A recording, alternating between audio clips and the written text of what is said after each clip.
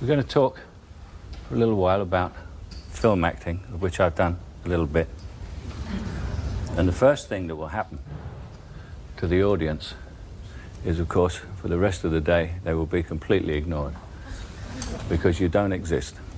My fellow actors and I can regard you as the crew, right? And once you're in front of that camera, nobody exists. Nobody, except the other person in the scene. And what we do, we actors who are in the movie, we hang on to each other's eyes. That's the most important thing in film. Eyes, eyes.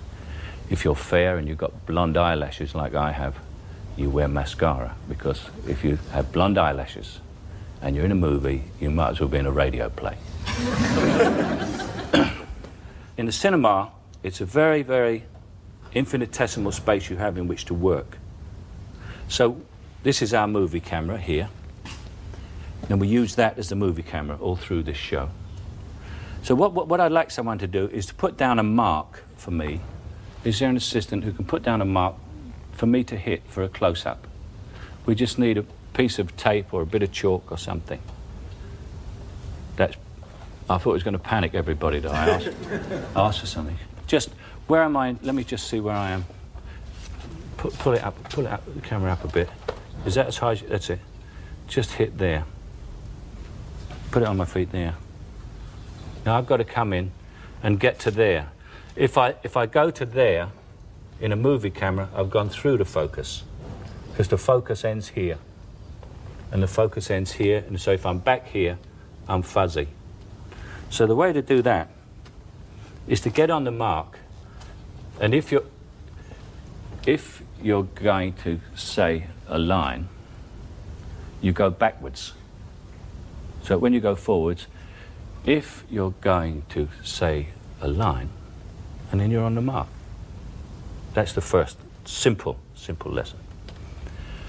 With a close-up, which I've started with close-ups because they are eventually what sells you in a movie, because people see your eyes. And I'll take my glasses off. What you get in the cinema, my friends here watch the monitor. What I often see in television or cinema is people who are looking at someone else and they change eyes.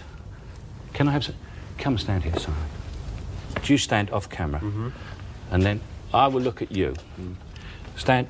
Always remember, if you're doing a close-up with somebody, you are the off actor, the one who's off the set, get as close to the lens as possible to bring the other actor around to the most advantageous for him, which is right round to the lens. So you don't pan right, cameraman, because you'll hit something.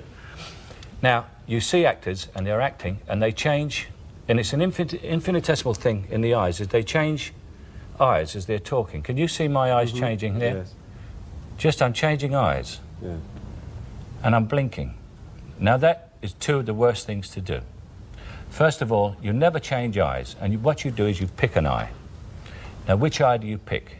I look at, with this eye, because the camera is there, I look at this eye, at your eye there, which brings my face, you can see. If I look with this eye at that eye, look what you get. Yeah. You see the difference? Yeah. But it's the same look. And if I keep blinking, it weakens me. But if I'm talking to you, and I don't blink, and I just keep going, and I don't blink, and I keep on going, and I don't blink, you start to listen to what I'm saying. And it makes me a very strong person, as opposed to someone who is sitting there going, which is someone who's completely flustered. The camera is like somebody who loves you deeply. It's the most incredible of mistresses or lovers, whichever sex you are, because it will love you forever, in spite of the fact that for the rest of your career, except on given occasions, which we will come to, you ignore it. It does not exist. You never look into it, you never know it's there. You just hold the eyes of the other person and listen. And listening is really what acting is all about for movies. It's not like the theatre. It's an entirely different situation. When I was in the theatre, I was inadvertently given some advice by the theatre producer. When very young, I was in repertory in Lowestoft. And he said to me, "What are you doing, Michael?" And I said, "Nothing, sir." He said, "What? What do you mean, nothing?" I said, "Well, I haven't got anything to say." So he said, "What do you mean you haven't got anything to say?" He said, "Of course you've got things to say. You've got wonderful things to say. But you sit there and listen, think of these extraordinary things to say, and then decide not to say them." That's what you're doing. And that is the greatest piece of advice I can give to someone who wants to act in movies, is to listen and react. But also, when you get really close to the camera, if some directors go in for a massive close-up, the thing that people never do in real life is they don't say, "Oh, I don't want to go out, I'll have the egg and chips, you know." But you will see actors doing that all the time. And so when you get in here, that doesn't look so obvious until you get in here, you know. So, but you've got to just be. There is no one here. It's just you and me. You'll be standing there, and there isn't even a camera. And you just say, "Well, no, I don't think I have the egg and chips. I'll have the caviar and blinis. Shall I?" And they say, "Well, no, what do you really want?" And you say, "Well, he's not doing anything."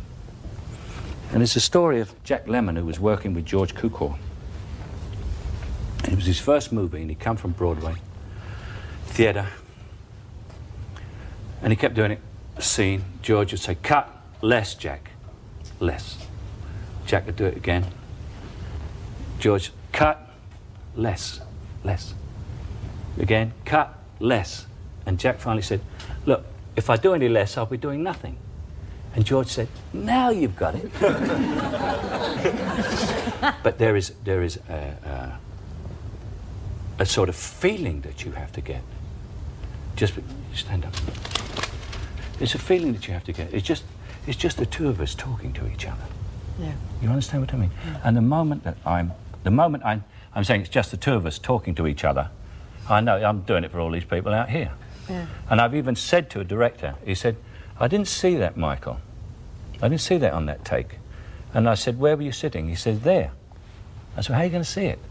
The lens is here." You know? And so what you're doing, and the test for this is like, supposing you were rehearsing a scene. So I'm standing here talking to you, and we're rehearsing a scene, and the director comes up, or assistant director or someone will come up and say, "Oh, I'm sorry, I see you're rehearsing," and he goes away. If he can see that we are rehearsing, then we're not doing it right. What should happen is we should be talking just to each other. Yeah. And the director, the assistant or the friend or other actor should come up and join in the conversation as though it's a real conversation. And you say, "We're rehearsing." And they say, "Oh, I didn't realise." Okay? Has anybody got any questions? How do you achieve your sense of relaxation? By just feeling concentrated and... It's concentrated, and you know that you have no enemies. Everybody's on your side. The camera is like a belt or a net behind you. And someone's standing behind you and saying, "Look, you can relax, it's okay. You don't have to push it." Like, say, in the theatre. You don't have to push it, just relax and let it come out. If you do it right for them, for this camera, it will catch you every time you fall back. It's watching you, it's your friend, it loves you, and it is listening and watching everything you do. You don't have to do it big. You don't have to shout and scream. And nobody exists except us six, right? I'm talking to you now. You got a question? Well, I was just about the you're saying about listening and reacting to something that's going on. Now, how does that work if, for example, you've done your master shot and now you're going to go on to your close-ups, and that person is talking to you, and now you're going to do your close-up. This close-up is like 3.5 hours after you've started the original thing. How do you get what you call the emotional recall? That is to actually concentration. Well, yes, but I mean, that's the next thing. Is to you don't think about it for hours. You don't think. What you do is, you see, you get actors who will say, God, I saw the rushes yesterday, and I didn't like that thing where I did that, and I don't go and see rushes. I sit on the set, and I'm figuring out what I'm going to do next, right? Anybody smoke? You've got a cigarette on you. Then you come up here and light it with me, and smoke with me, and we'll have a talk while we're talking. Yeah, I've got a light here.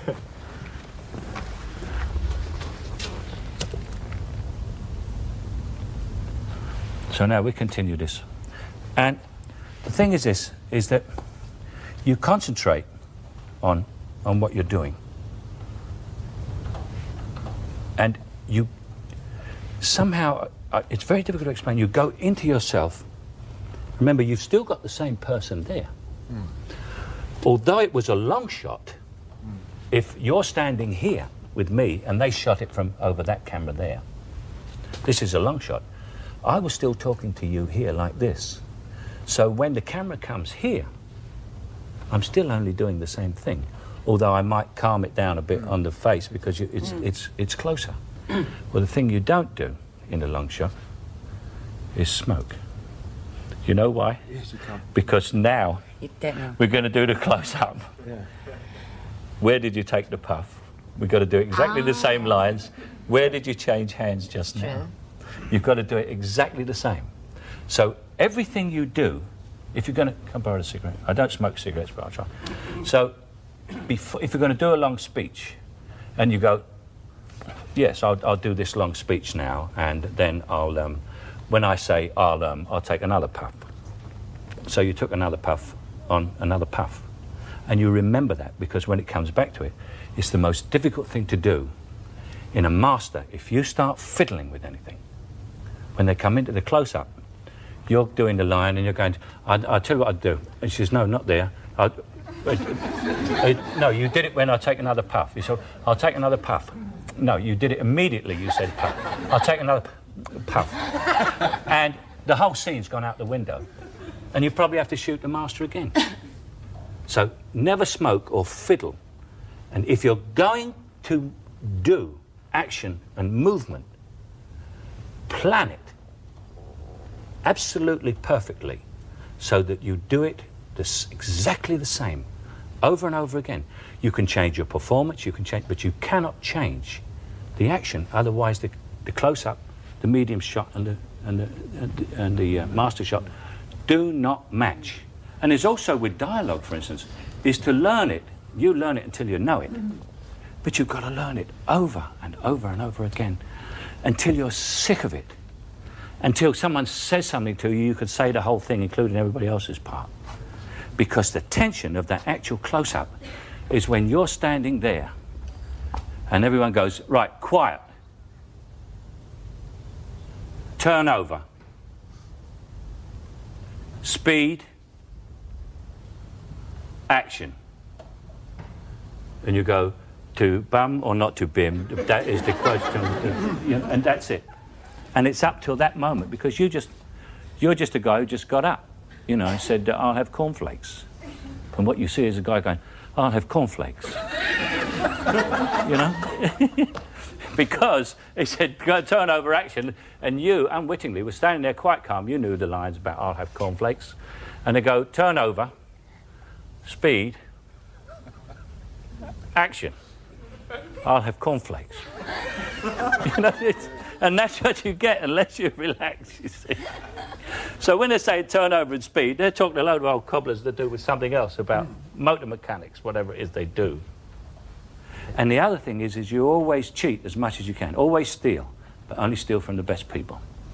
Just steal whatever you can see. If you see Vivian Leigh do something, or you see Marlon Brando do something, or Robert De Niro or Meryl Streep, steal it. Because what you're seeing them do, they stole. You understand? But you can't see who they stole it from because they made it into themselves. And that comes to the other thing of where you get into sort of movie stardom, is you have to invent yourself. Now, movie stardom is not necessary, and from my own experience, not a lot of it is recommended. But to be a good movie actor is highly recommended, I think, because it's a delicate operation. It's like, I regard the theatre as an operation with a scalpel. I think movie acting is an operation with a laser, because it's so tiny and it's so small that half the time people say, I don't know what you're doing. And you say, wait till you see the rushes. That's what it is. Wait You never ever see the rushes, ever? No, I wait for them to see the rushes. I know what they're going to see. No, but do you ever, though, when you're No, filming? never see the rushes. All I've ever seen from rushes is, all rushes are wonderful.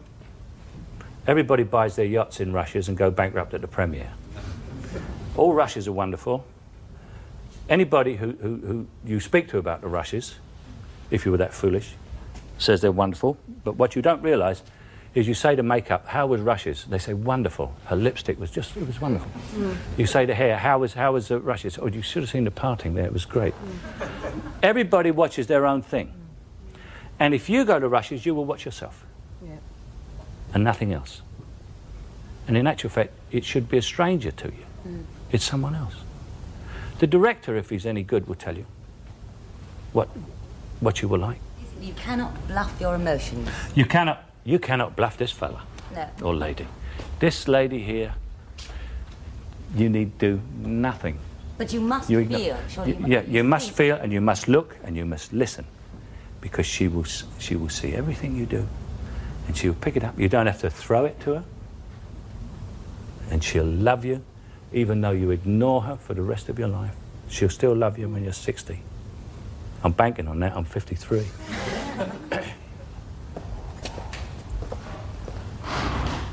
You'll never guess who I'm calling on. Well, I wouldn't have believed it myself 3 months ago. I'm here, gal. Well, that's life, isn't it? You never know what's around the corner, do you know what I mean? I mean, down 1 minute, up the next. You drop the tanner, you look around, and what'd you find? Ruby. Hello, baby. Hold it. Gotcha. She's in lovely condition. Oh, what are you so impatient about? What do you think? Oh, no, don't kiss my hair. You know what it does to me. Come on. What about it? No, let's at least have a drink first. Whiskey? Got a beer, have you? A light ale or something? Yeah, I've probably got a beer on the ice.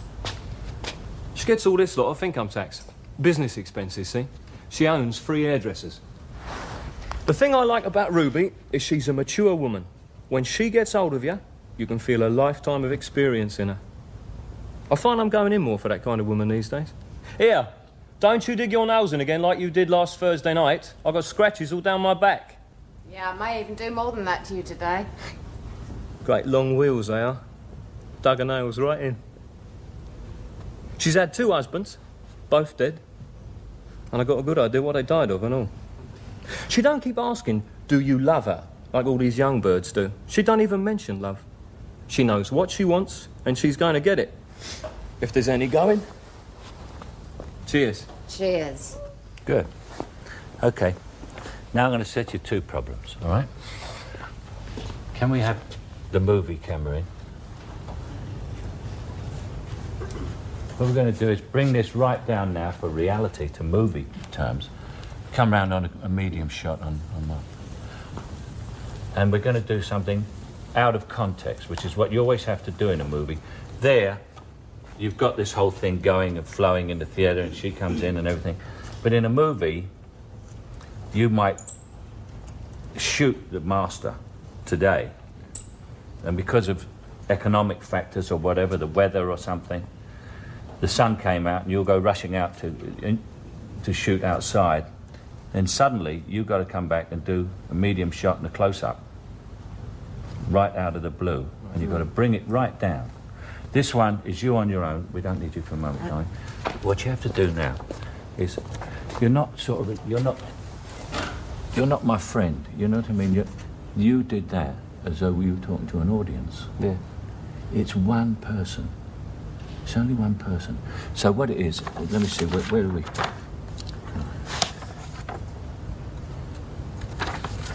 See, gets all this lot off income tax. Business expenses, see? She owns 3 hairdressers. The thing I like about Ruby, she's a mature woman. When she gets hold of you, you can feel a lifetime of experience in her. I find I'm going in more for that kind of woman these days. Here, don't you dig your nails in again like you did last night. I've got wheels all down my back. You know, it's funnier if I've got scratches all down my back. And I may even do that more. It's great long wheels they are. Dug her nails right in. And it's secret. You see, you're talking to one person. Yeah. That's why we've brought. We could have the camera right over there, and you could stand up, and you could address everybody. Yeah. What we used in Alfie was the camera as a best friend, not as an audience. Yeah. And remember, in movies, the camera is always your best friend. You know what I mean? Yeah. So what you do is relax into it.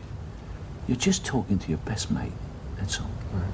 And you look straight at your best mate, and I say, "Yeah, she gets all this lot of income tax, you know. She's got 3 hairdressers. You know, she's had 3 husbands, all dead. I think on it. You know, it's because it's not the theatre. It's just you talking to your best mate. You like him, and he likes you, and he's ready to listen to every word you've got to say, and he's very interested in you. Right. And that is your best friend. Try it again. She gets all this lot off income tax. Business expenses, see? She owns 3 hairdressers. Now, the thing I like about Ruby is she's a mature woman. Now, when she gets hold of you, you can feel a lifetime of experience in her. I find I'm going in more for that kind of woman these days. Here, don't you dig your nails in again like you did last Thursday night. I've got scratches all down my back. Yeah, I may even do more than that to you today. Yeah, great long wheels they are. Dug her nails right in. She's had 2 husbands, both dead, and I've got a good idea what they died of and all. She don't keep asking, do you love her, like these young birds do. She don't even mention love. She knows what she wants and she's going to get it. If there's any going. Cheers. Good, much better. Let's go in really close on that now. Now, look at the monitor. Oh. You see? Right, yes. Now, anything, if you go, oh shit. Yeah, no faces. Right. No faces. Everybody pulls faces. People, when they talk to you, they don't come up and say, "Excuse me, could you tell me where Woolworths is?" But because we are actors and we get kind of nervous, certain twitches come out in our face, or even in our bodies. You know, you'll see an actor and he's doing this because he's nervous. There's no need for any nerves. No one, everyone's there to help. Just get that smile.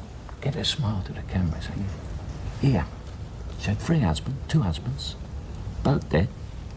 And it's funny to you because I have a bleeding good idea what they died of and all. Yeah. It's, you see? Yeah. And it's to a mate. See, where's that camera? She's had 2 husbands, both dead.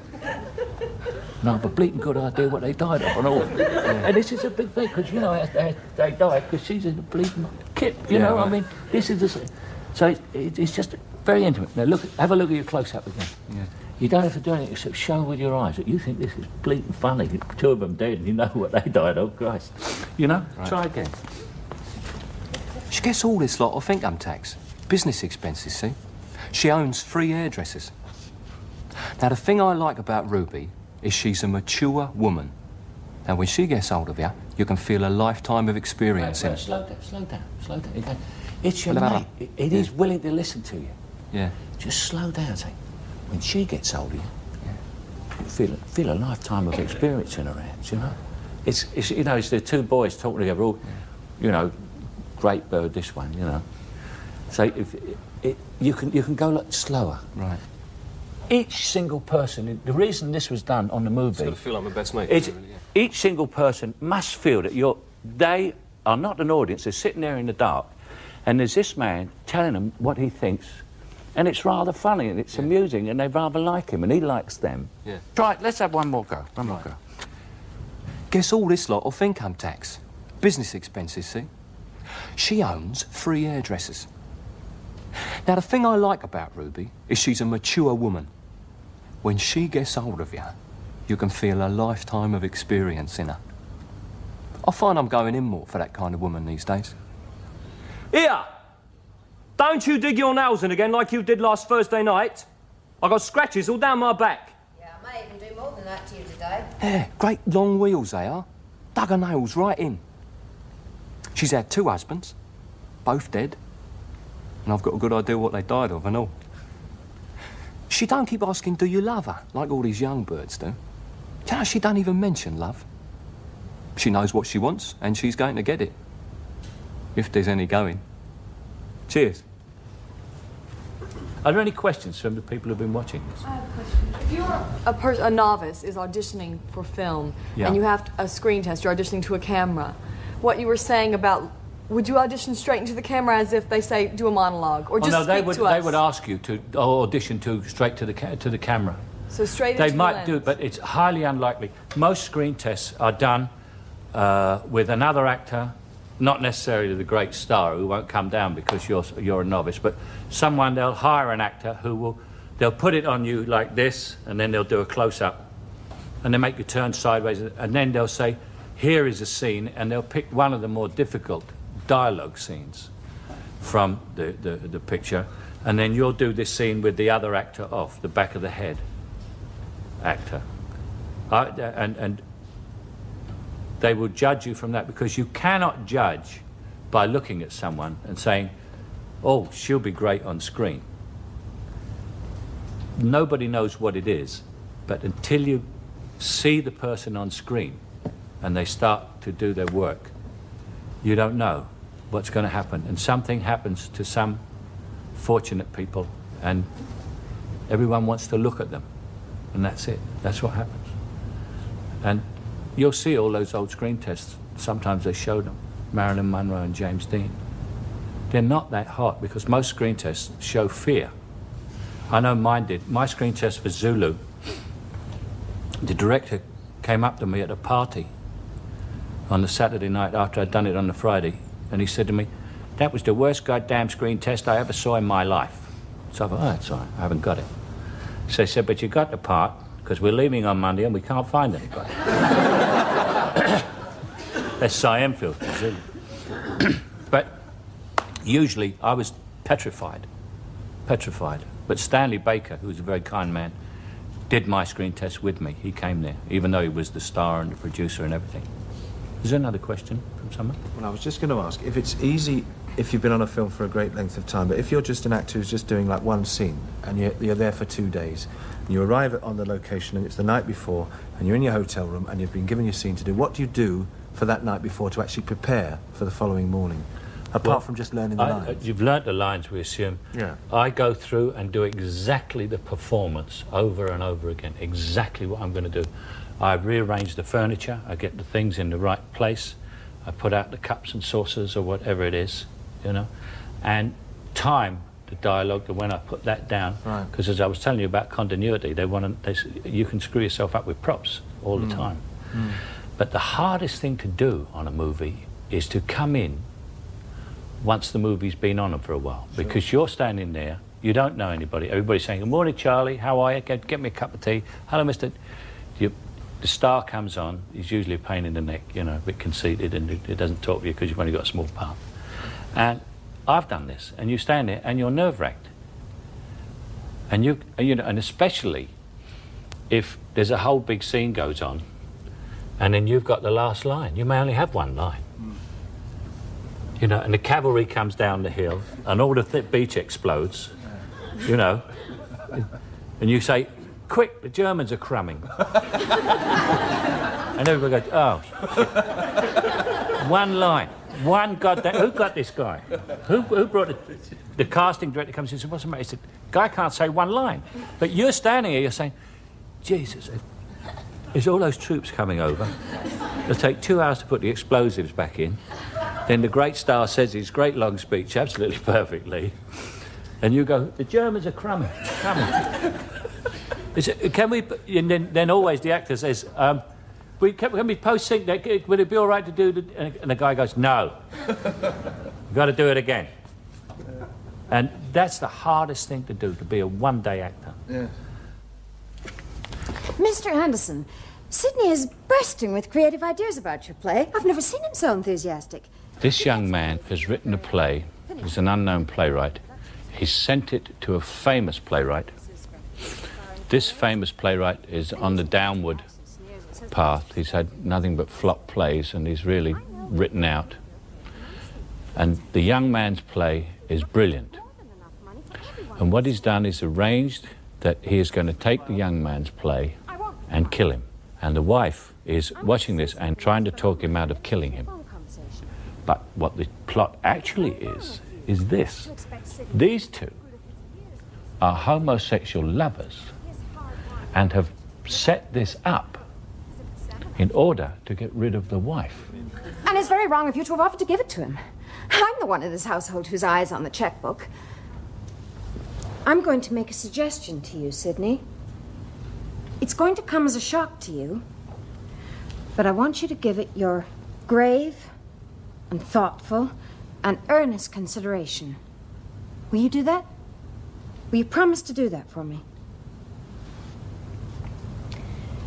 Put aside the play you're working on. Yes? Put aside the play about Helga ten Dorp and how she finds murderers and keys under clothes dryers. Put it aside, Sydney, and help Mr. Anderson with his play. Collaborate with him. That's what I'm suggesting.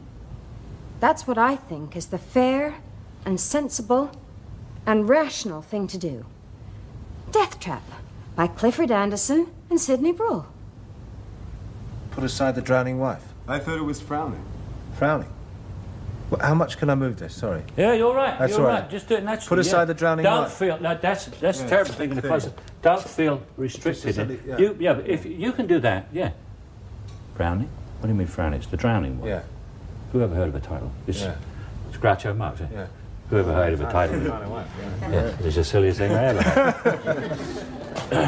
heard. Drowning. Put aside the drowning wife. I thought it was frowning. Frowning. What kind of title would that be? The drowning wife. It will keep, Sydney. People are always interested in sidekicks who can point at someone and say, that man murdered that man. Put it aside, Sydney, please. Do for Mr. Anderson what George S. Kaufman did for you. Well, that's a very persuasive speech, Myra, and obviously very sincerely felt, though how it must have sounded to Clifford. Wow, I suddenly feel as if I'm on the spot. You are. Myra has put you there. As a matter of fact, she's put us both there. Oh, Sydney, I just felt I should bring it up now. May I just say, first of all, I'm overwhelmed, really honored and staggered that Sidney Bruhl would actually consider the idea of putting aside one. I mean, there I was in that theater when I was 12 years old, and who would think that someday I'd be standing here weighing up You get the the chance gist of this passage? But the thing is, it's as if I went to a doctor, one of these world's leading specialists, and he recommended major surgery. Can I just say something? When he says, let me just sit there for a second here.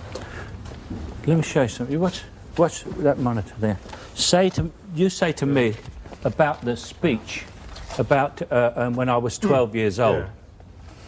Yeah. I mean, who would think that I'd be sitting in that theater aged 12 years old and that someday I would have the opportunity to be standing... Yes, we get the gist of the... Right. You see what I mean? I reacted to 12 years old. You know, he's saying, you know, but you saw me do it, and I did it in movie terms, and because they could see the monitor, they laughed at it, which is what it's there for, you know. It's, do it again. I mean, there I was, sitting in that theater aged 12 years old, and who would think that someday I'd be standing here? We get the gist of the message, Clifford. You know, now he's sitting there a bit teed off about it. Yeah. You know, not only is she having a go at him, the lover's coming up with... You know what I mean? So I want to see that pass over your face, you know. You have to listen very carefully to every goddamn thing he says, because you don't know what the hell he's going to say. Yeah. You know? And he could drop you in it now. Yeah. With one wrong word, he could give the game away to her. Right. And you've got her on the other side not cooperating properly. You Can know? I just say something about Yeah. that? Because you've got quite... Get mobile on that. Is that if when you've got the camera on you like that and it's that close up and you're concerned about the camera... Yeah, I and tell you is what, there, no, you don't worry about it. listening, Yeah, let me just yeah, finish. And listening, and also, is in the end, you kind of think, well, oh, and so the face gets like that. Yes. Yeah. Do you know what I mean? That's Because that's why I stopped you. Your I face know. went like that. No, I know. Yeah, you were Time you for started to blank. get frozen That's into right. that. But you see, put it on me. Now I'm in this close up, right? So I'm listening, but I mean I can't go like that, and I can't go like that. No. But I can go, Yeah. and I can use my eyes because I'm looking at him, and he says 12 years old, and you go to Celia.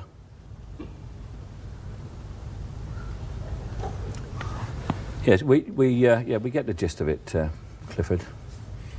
You know, and I'm quite free within that framework, Yes, aren't I? yeah.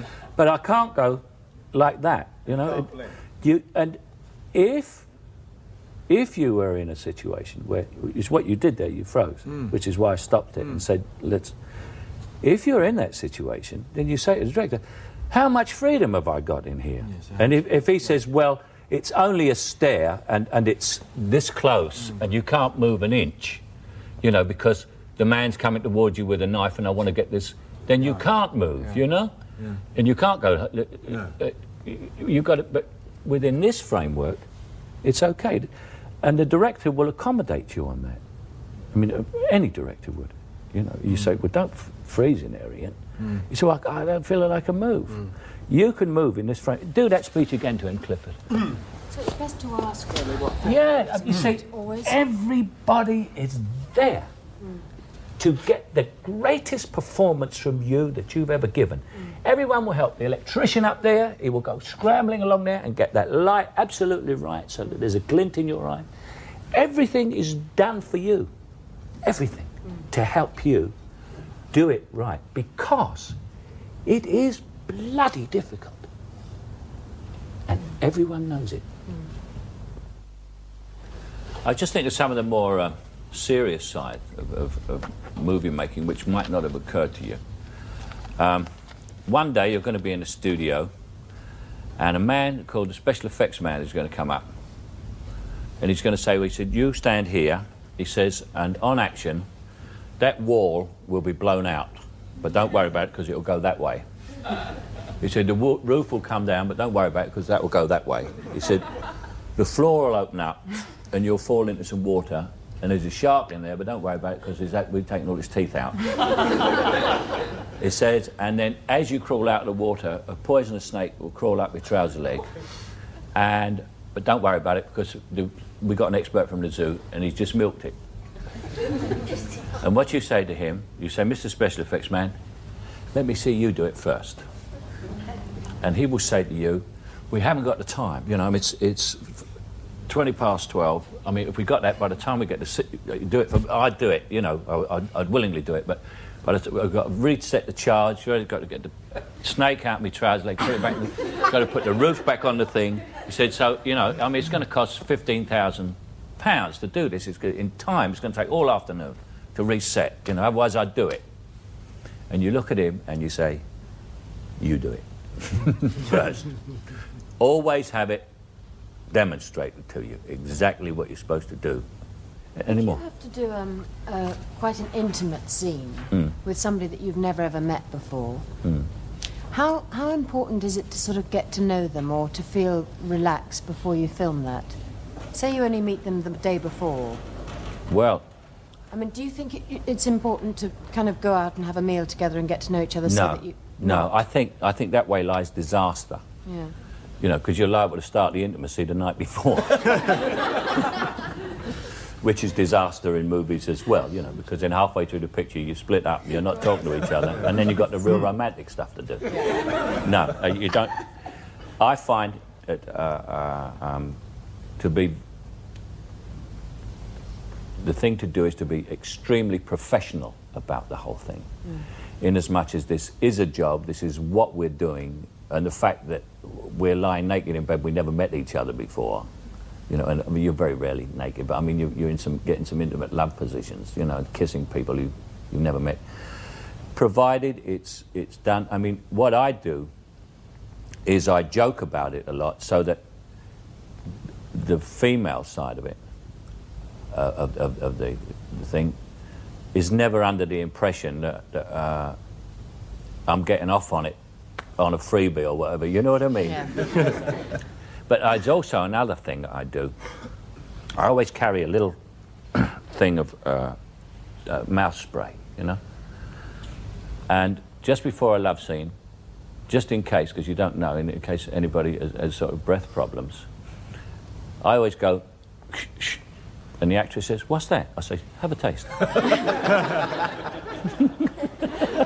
good. That gets over that one. And I always say, well, I smoke cigars, you know, so I always do this because it tastes if we have a kiss each other, you know. He says, "Oh, what's it taste like?" I go. That's the other thing I was going to ask you is what makes you decide to do a film if you get a script and read it? What is it about it that will make you? Is it different from the last one I did?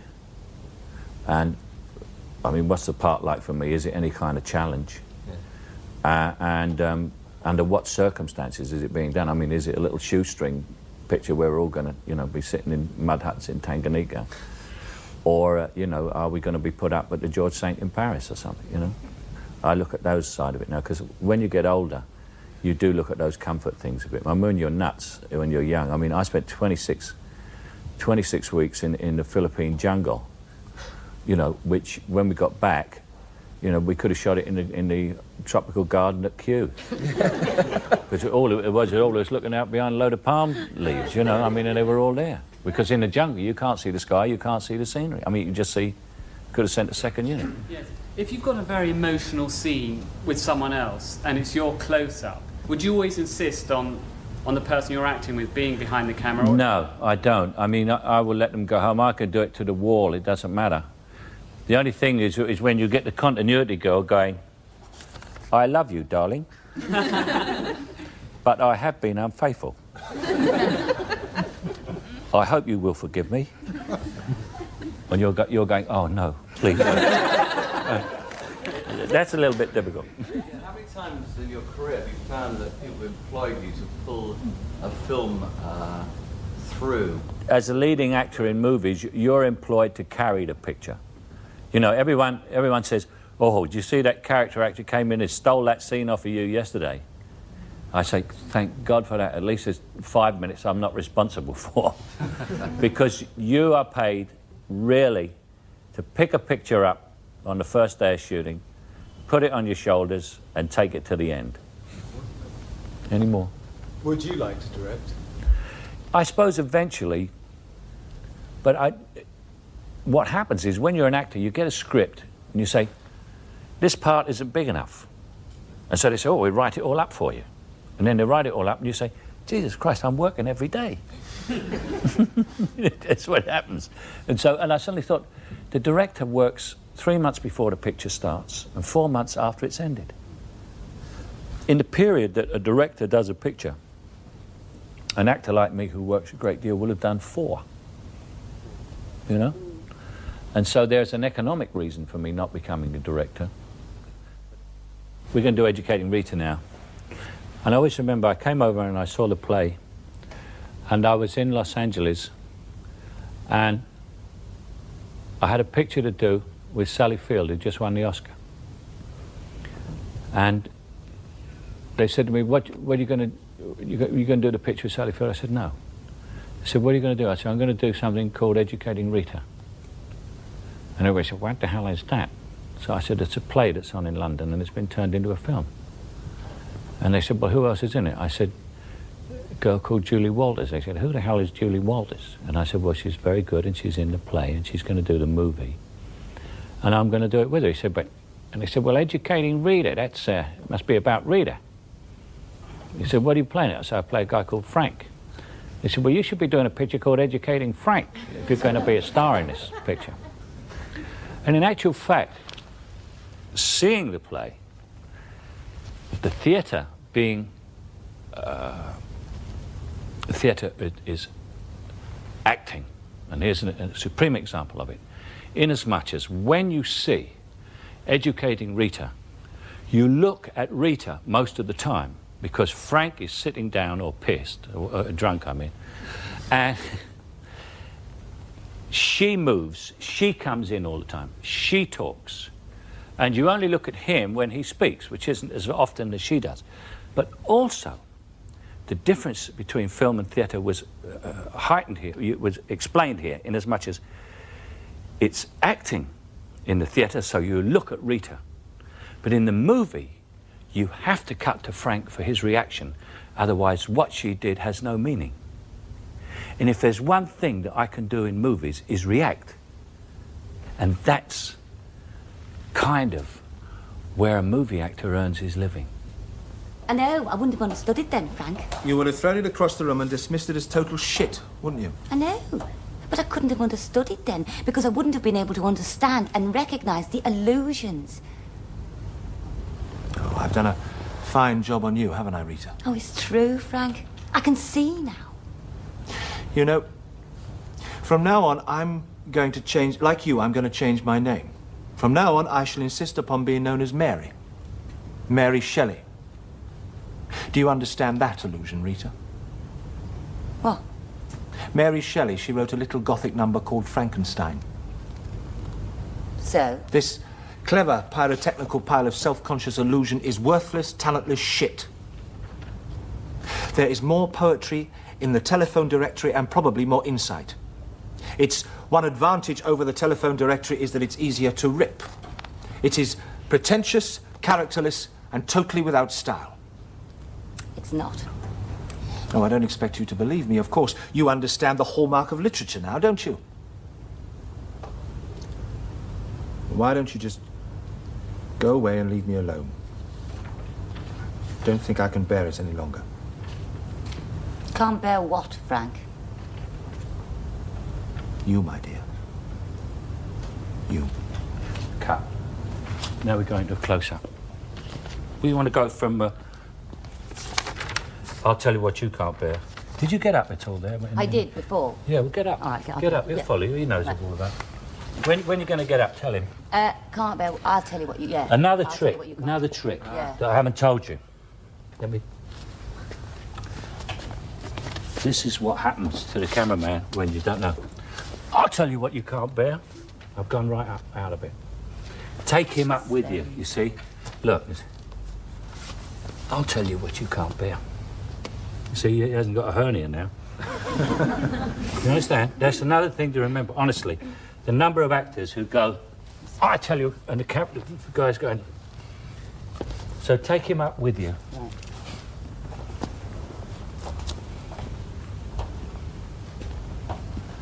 Go, Dad. I don't think I can bear it any longer. Can't bear what, Frank? You, my dear. You. Let me see. I didn't see that in your eyes. All right. He said, You. Yeah. you can't bear what, Frank? And he said, you, my dear, you. That's one of the most hurtful things anybody ever said to you. And it doesn't result in you crying. Anger. Because you are what you're like, anger comes. That's why we get this next speech. Yeah. Because no one said it's hurtful, anything as hurtful as that to you. Certainly not him.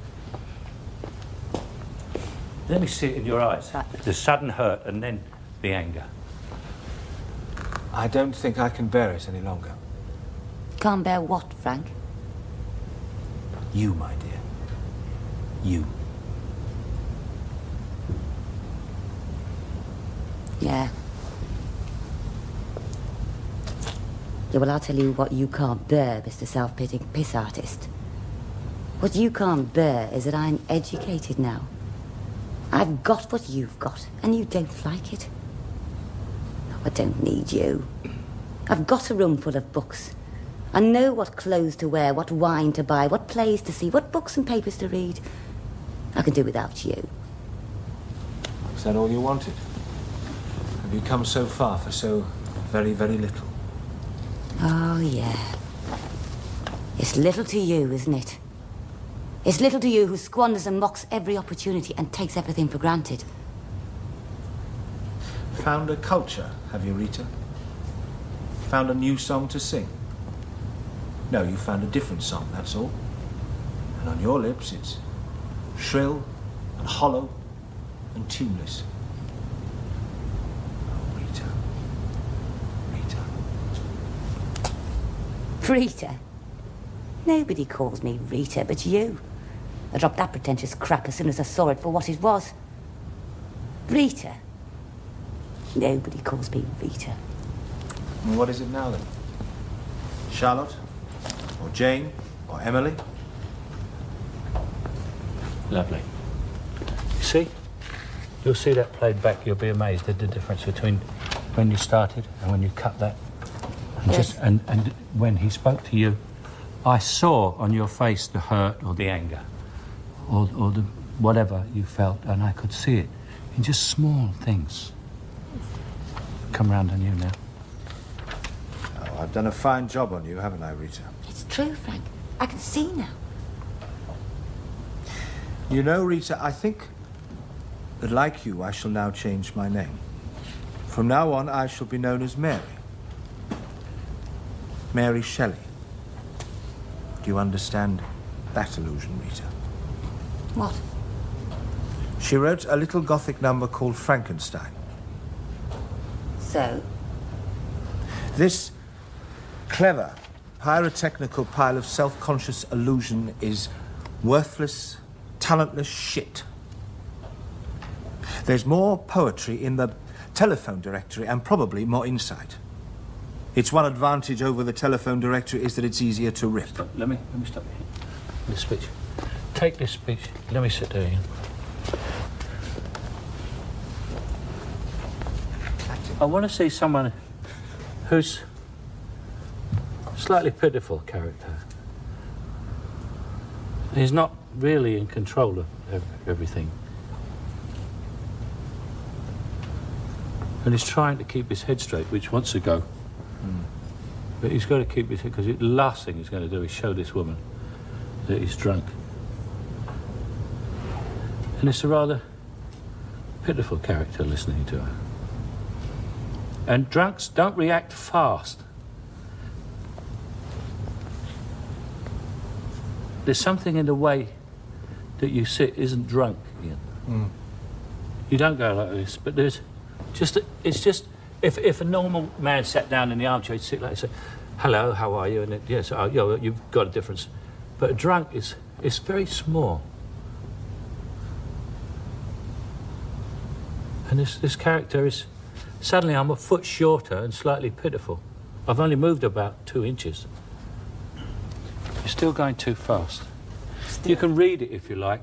No, I know if it. you wait, if you wait, but forget about it, you know. But it's this clever pyrotechnical pile of self-conscious illusion is worthless, talentless shit,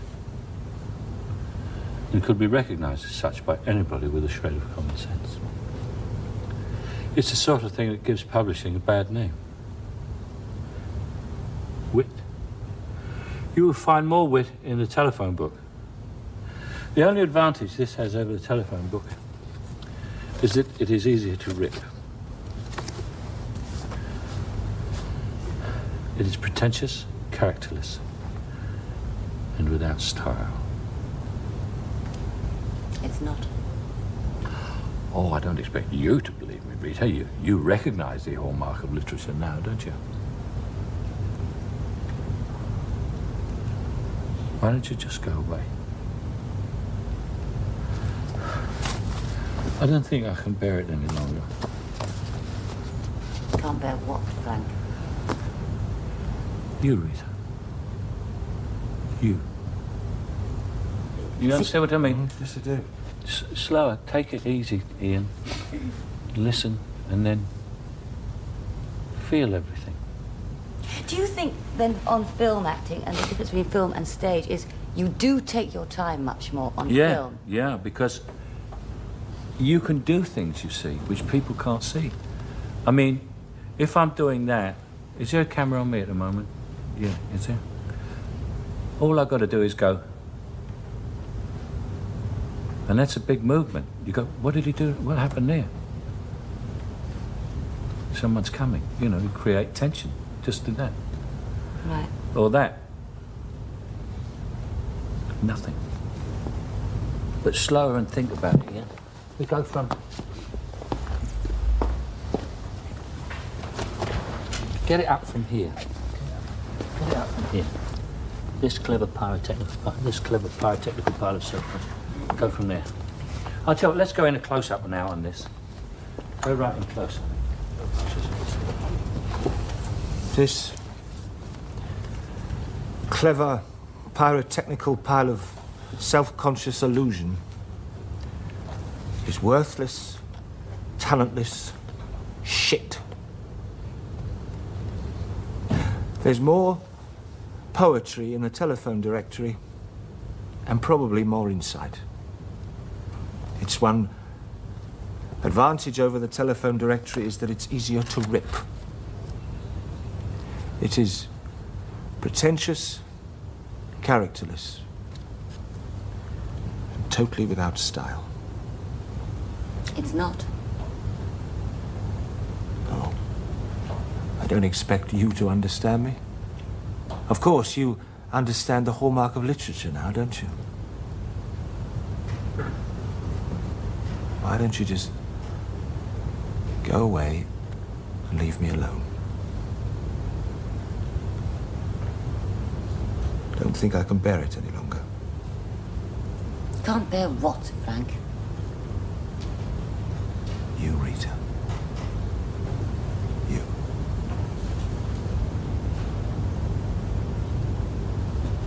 That's much better. Much better. See the speed? It's come right down. It's easier too, in a way. It's easy. I told you. I told you. I mean, yeah. Movie acting is relaxation. It's easy. If you are knocking yourself out, you're doing it wrong.